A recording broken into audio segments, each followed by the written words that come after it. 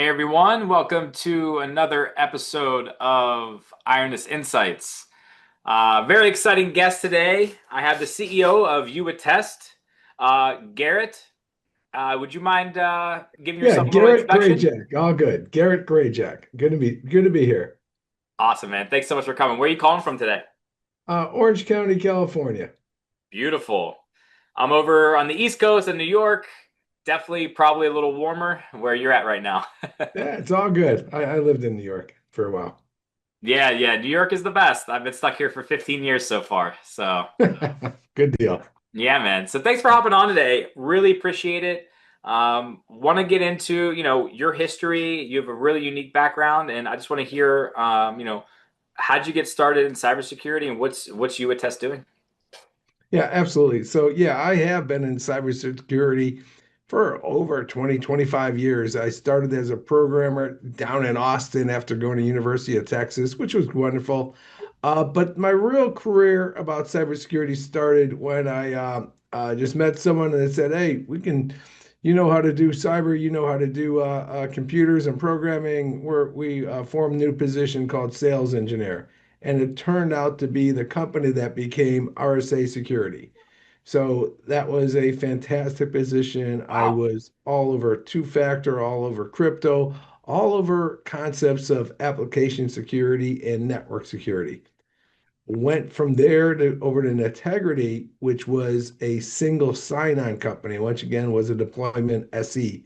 And that helped me really understand the application intake of identities. And that sounds, bitty wonky, but that formed then a lot of processes in my mind that allowed me to create the first two-factor application identity provider. And you're like, well, Garrett, who would use that? Well, that's what Entra ID are. Okay. Hmm. So I created the first one called SecureAuth, and that was a big win for everyone. Really secured a lot of companies, sold eventually for 200 million, et cetera. Went from there to Incredible. doing AI over at Silence, which really changed my brain and thinking about how to use trust scores, et cetera, which led me to start and found and run YouAttest, which has an identity trust score system and does identity governance in a different way that hasn't been done before. Interesting. So why don't you tell me a little bit more about that? What do you do that's different? Yeah, what identity governance, which a lot of people don't understand, and it's not their fault, is about the concept of that acknowledging that we have users deployed in our systems, we have, contractors, we have suppliers, they all have access to our systems. And it's not saying that, okay, well, that's all wrong. What it's saying is we need to attest, we need to recertify who actually has access to these systems, especially and legally around what is called sensitive data. Yeah. We have to run a process of recertification that says the actual managers, the managers and resource owners say, yeah, Bob, Jane, Mohammed, and Sinjay should all have access to these resources. That is something required of all those buildings behind you in the financial sector, all the buildings we know about the healthcare sector, all the defense industry. They are all required to recertify who has access. And that's what UAttest does in a more rapid way. The problem with most of the solutions is they take months to deploy. And that's why many enterprises are stuck with manual processes around that. We have figured out ways to connect into the systems and start these reviews in hours. So we can get up and start people doing the reviews the same day. Incredible. I mean, I don't want to give away your secret sauce. Can you talk about how you do that in hours? What have you It's my implemented? background. I would just say is my background is in the IAMs. It's in the well, I created SecureAuth from scratch. So I looked at the way the Okta was built and Entra ID was built and said we can build rapid connectors. And the differentiator is and not just audit those users, but use what everyone's using, their Okta or Entra ID, and in other cases, Jump Cloud or Ping, use those as a base and then review all the other resources. And that's we pivoted from just saying, well, the identities are in the IAM, we need to audit those. Well, we know that's not enough. It's how do we audit the rest of the enterprises? And then we always had a philosophy from day one that it should be a rapidly deployed, no code solution. That's not the mantra of the other solutions. And we can go into why. It's because they mostly partnered with the large SIs and they charge a lot for the integrations. Where we said, no, our value and our profit will be on the rapid integration, and companies will love us because of the rapid integration and no code and no services required for the integrations. Incredible. Yeah, I mean, it definitely sounds like a unique service offering, especially if you can beat the price of the competition and do it in a shorter amount Yeah. of time.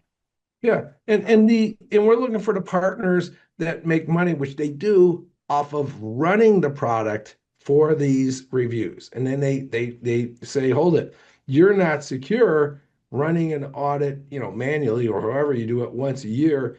You need to run on all your users every quarter and on all your admin users every month. And that's impossible without a product like YouAttest. It's impossible to do that much work with a manual process, and a lot of the other even automated processes are too complicated. Ours, that's a trivial task for the MSP or the consultant to just run this product, and then they can, they make money and they make their enterprises more secure. Interesting. So you don't actually you can actually have the client run these, or you don't Yes. have to come in and do it yourself. No, no, we have three deployment models. We Got it. have one, the client buys a license, and Okay. that's been being done by huge companies, huge $4 billion insurance companies and Yeah. billion-dollar the PCI and SOX compliant companies. The second model is that the managed service provider or consultant, they get a multi-tenanted version of UATest, Hmm. and then they plug it into their customers. And the Got it. third version is we just run the reviews ourselves.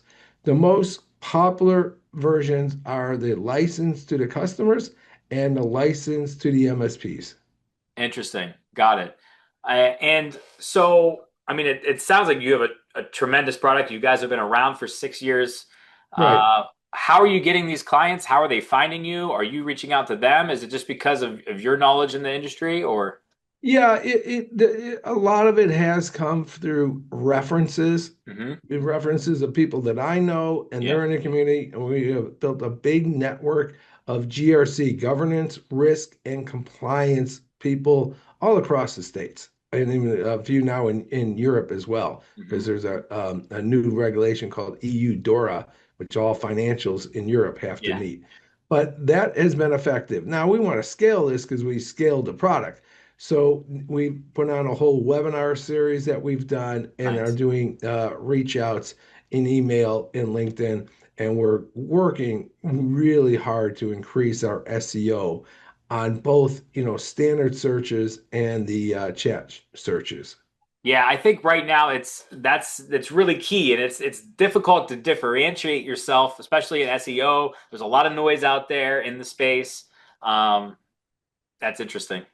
Yeah. And the funny thing about the chat stuff, we're ideally suited because we've put out a lot of content. We have hundreds of blogs and we have had hundreds of webinars on this topic, and we've been real focused on that. So that's something that, I'm working on with key people, and I do believe it's something we can win on because we have a lot of unique content and a lot of information-based content that they can pull on.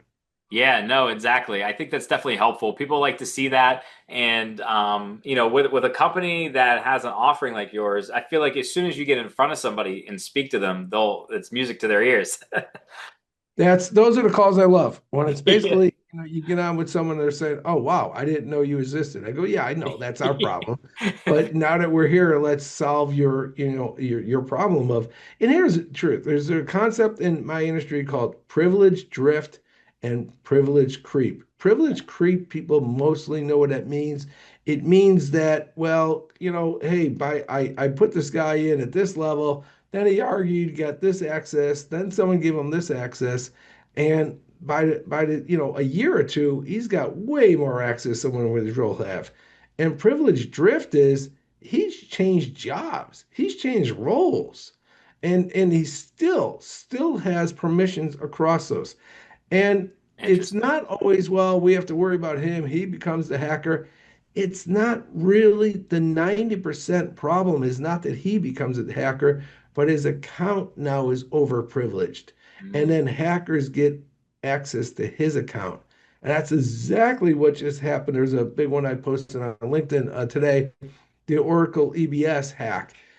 There was a 0 day hack on Oracle. It's not picking on Oracle. Every product you have in your enterprise will have a 0 day hack. That's just the way it goes, guys. mhm. No one's picking on Oracle. The problem is that they were able to get privileges in the Oracle, and those privileges often in many of their deployed enterprise were overprivileged, and they were able to do some serious exfiltration of the enterprise, lateral movement around, find data off of those privileges and take. That's why all accounts, especially service accounts, have to be enforced to the privilege principle of least privilege. Because when those accounts, we should look at every account, goes, well, if someone nefarious gets hold of this account, how much damage can they do to us? And that's what's happening. Interesting. That's so it's not necessary. You're not worried about the employee turning into this hacker all of a sudden, right? Which, Yeah. a lot of companies would be like, well, who cares? He's not going to hack us. Like, what's the big Yes. deal? Yeah. Yeah, and that's it. And then I talked to the uninformed that way. It's like, well, Garrett, we do the screening process. We sort of go, yeah, yeah, I get it. I get it. I'm not, no one's standing here and saying that, 9 out of 10 employees will steal from you and all that. It's not the number one problem. The number one problem is that you have accounts with all this access, and you know what happens, and especially the honest employees, they don't know they have all that access. They don't know that they're actually stealing from the company because they're focused on their day job. Right. But in the background, someone's using that account for very nefarious reasons. I think this boils down to the common theme in a lot of my topics, which is, sorry, a lot of my podcasts, which is education. How do we educate these clients? How do we educate these companies, these people, right? Exactly what the threats are. Yeah. It's there's too many to even, that's why I'm a big advocate, and I've been working more with someone else giving this where the outliers in the MSP and consultant space. And what the outliers are doing now is the standard MSP model has been traditionally, hey, we'll do what you want. You know, we're just a delivery vehicle for your service. Okay. For you. The whole Chinese menu thing. Okay. Yeah. Which, you're right. Well, shouldn't they be? Yes, they should, but they shouldn't. I mean, you don't go and tell your heart doctor what he should do. What you do when you go see your heart doctor is you go, okay, I'm not feeling great. What should I do? The same thing when you go to your MSP, the ones I'm working with now, they're the adult in a room. The MSP looks and goes, what industry are you in? I'm in healthcare. You're holding PHI. Okay. I need to provide these services Yeah. to you because you have this data. Just because, like, you have a condition when you go to the hospital, well, you have a condition when you go to an MSP. You're holding data which you can be sued on and is under attack. And what's going on now is everyone's under attack. That's what I always talk to the guys who really know it. Garrett, AI has made attacks easy and scalable. So they're not targeting as much as they're just flooding. They're flooding our systems. And then they decide, oh, that's a good resource. So are you at danger if you're a small dentist office? Yes, because you're not being targeted. You're being randomly scanned and see if they can pull data. You're a target if you're an elementary school. You're a target, of course, if you're a larger insurance company and all that, and you're getting on top of all the scans, you're getting some targeted attacks. But everyone is under attack. And that's where the new model I see is that the consultants, MSPs I'm working with, they understand my value, and they may or may not, and I mean it, in some ways, they don't articulate the attacks to the customer because the customer's focused on building furniture or whatever, right? They just Yeah. say, you have, credit card information. I need to take these steps to protect your organization. And ones who get it the most, I work with pharmaceuticals. They get it because they are one hack away at any time from being out of business. Yeah. Someone steals their IP and builds that stuff in Malaysia or China, it's over, My you my know? cousin works in cybersecurity for Panther and based out of Pittsburgh, big pharma. And yeah, I mean it's very serious. And to your point, it's I mean statistic I have is these small businesses, right? Small dentist office, small school, whatever it may be, it's what 60% of them that get hacked, they don't even last for 6 months. Is that accurate? Yeah, I know. I just because I was in a healthcare conference, 92% of healthcare organizations of all sizes were breached last year. Yeah, I was just on a Because call before. It was yeah, healthcare is being attacked 200 or 300% more than anyone else right now. it's valuable information. The stuff Yeah, sells. Okay. I mean, we think the people not informed think, oh, great, let's go steal the password. That's so old school. It's not even funny. Password's fine. It's not what they steal session tickets more than that. But what's really valuable is identity information because it's, as they say, the gift that keeps on giving. I mean, you can create anything out of identity. You can create application loans. You can steal the identity of those guys. You can create credit cards with identity information. And healthcare providers, I mean, come on, last time you signed up for a new healthcare company, I just did for my son because he had to go to an appointment. I mean, it was like 4 pages of info you had to supply. That's under attack. yeah, That's what they want. They want the PII and the PHI that describes individuals so they can then create all the scams around the identities. So that's why, yeah, everyone is under attack. And the AI, and it's not blaming AI, but people should understand that, I have it on my wall, the cyber kill chain. Wonderful. That's, all the way from Lockheed from the 90s. And it's, you reconnaissance, intrusion, exploitation, privilege escalate, all that. Well, what does AI do better than anything else? It automates. It's Mhm. really good at automating. Okay. So if you have a process that you do, AI is really good at repeating that process and yeah, scaling the living hell out of it. That's the way we should think. And when people ask, are hackers using AI? It's like, yeah, of course, they're smart people. I mean, like just like everyone else is. They're using AI to take out the manual steps. And that means we're all under attack. We're all being discovered and our vulnerabilities are being discovered faster than ever before. And then the communication, and the communication is now, it literally is automated through AI of how to exploit our vulnerabilities is accessible to anyone on planet Earth. yeah. I mean, it's just like you said. I mean, there's no selections anymore. They're not carefully selecting who we're gonna hack. It's just, Exactly. it's a, Ooh, it's a, that looks like a good exploit. yeah, yeah. Oh, I got my Metasploit. I'll use this They just one. hit enter No. and it Yeah. goes, and Right. that's it. And that's what people have to realize that everyone is vulnerable, and just getting, especially with healthcare, there's that sensitive information.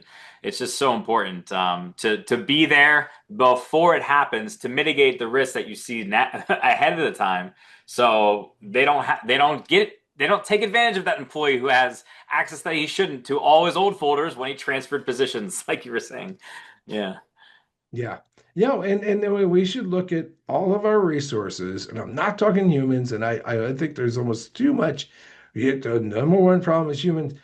Okay, fine, if that's the way you want to, present your presentation. Mhm. I currently believe the number one problem is our resources, our applications, our identity stores around them, and whatever, because they're all going to be subject to a zero-day attack, and we don't know the access we've given to those resources. Okay? Interesting. And that especially includes, not sort of, especially includes the NHIs, the non-human identities. We don't know what those are. Look up every hack in almost 2025 was some hack. They got some identity, they privilege escalated, and either it was an orphan or ghost accounts that they weren't checking on, or it was a system account, which no one inspects. Well, God, that was Kelly from 5 years ago. He provisioned that thing. That's that's a real story. Actually, I heard from someone. That's why I came up with that name.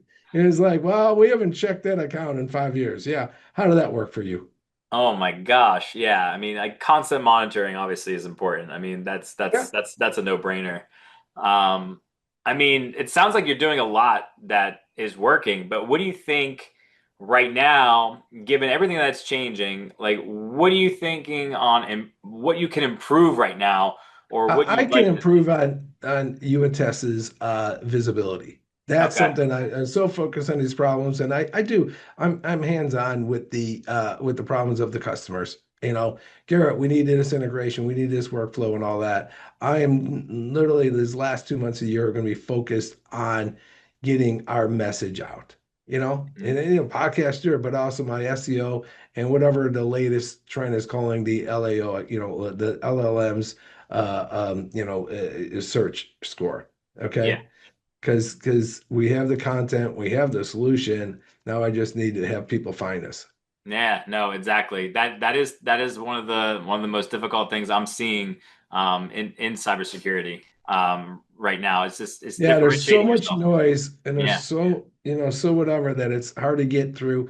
And and I have a rant going. I love AI. I have a bunch of patents in AI. The product uses AI. What we got away from is 2 years, up to 2 years ago, we were really good at talking about a concept that needs to be deployed through the enterprise, zero trust. And zero trust is real. It's not a marketing term. It's a concept that authentication is not enough. If you're not having special parameters around your authorization, you're no longer, doing your job. And there's all things that we built a trust score that can feed into authorization processes. And that has to be done. So you build out a trust score. Oh yeah. Yeah, I mean, identity trust score is one of the patents in the product, and it builds out, and it's the one of the few patents I've ever seen that bridges GRC to identity cyber. Because what enterprises don't realize is they're paying a lot of money for GRC, a lot. The guys, at the big companies, I won't mention our customers, how much they're spending. That money is not being spent in a way that feeds the information back to the cyber guys. Two completely siloed organization that's got to change. Yeah. And my identity trust score is built in a way that the enforcement points can consume the identity trust score and make better real-time decisions during wonderful protocols that are being put out, like CAEP, continuous event evaluation protocol, Hmm. continuous access event protocol. And the concept is, yes, the authentication is just an identity. Let's put a score in when it tries to reach this database, when it tries to take out this database, when it sends it, take this data out in Exfiltrate, send it out. All of that should be evaluated. That's the concept of zero trust. And that's the score that I created that feeds into like a CAEP system. That's really cool. And Yeah. you implement this. Your clients, are they all massive companies or do you work with small I businesses? got customers as small as 100 users. I've got MSPs using this thing for companies as small as 25. And then I have Yeah. 900,000 user companies, Yeah. 900,000 roles. Yeah. There's like, and they've run it through the engine. But they're all identity is that was the concept of zero trust. And it is still, I mean, it's not a past tense, is that and identity is what makes this whole engine work. Hmm. The same engine that works with five people in a dentist's office is what makes it work for a company with a $4 billion insurance company. Yeah. No, definitely proven valuable. And I mean, this is just fascinating to hear that you have something like this patented that gives it a score, and that allows you to essentially make the decision on whether it's to make a move on it or not, right? Yeah, basically products like YouAttest with our identity trust score and services is we're going to redefine authorization. I honestly believe there's not much more we can do about authentication. And people say, Garrett, you don't understand. I got the double button with fine. I'm not putting that down. I'm just saying that's not going to make a difference in the hacking. Yeah. Okay. Sure, we deploy it. What the hacking is going on is they're saying, okay, I can get into this side door through this application, this whatever, or I'll steal the session ticket. We got to be inspecting the session as it goes, and that's authorization. That means the identity is already understood, but what the F? I mean, he's he's taking 3 terabytes out, right? And he's usually an HVAC employee. You know what Right, I mean? right. Why? What? This doesn't look right. This doesn't jive, right? And that's what we're going to do. So, I started with in an authentication. I got 11 patents in authentication. So I love it, acknowledge it. You know, saying we're not going to get to the finish line with authentication alone. We're just not. And I'll take on anyone in that discussion. Yeah, yeah, no. I mean, that makes perfect sense. I mean, this was very, very insightful. I really appreciate your time here, Garrett. Yeah. I would like to say thank you very much, but also, where can my audience find you? Your First website? of all, YouAttest is a company. Just write us at info@youattest.com. And if you want to have a dialogue or a rant with me directly, hit me on LinkedIn. There's only Awesome. one Garret Grajek, for better or worse. No one can say the name. That's okay, Alex. But it's easy to find. I'm here at YouAttest, and I'll talk to you. Okay. Awesome. You're the man, Garrett. Thank you so much, and have a great weekend. Okay. All the best. Thanks. Thanks.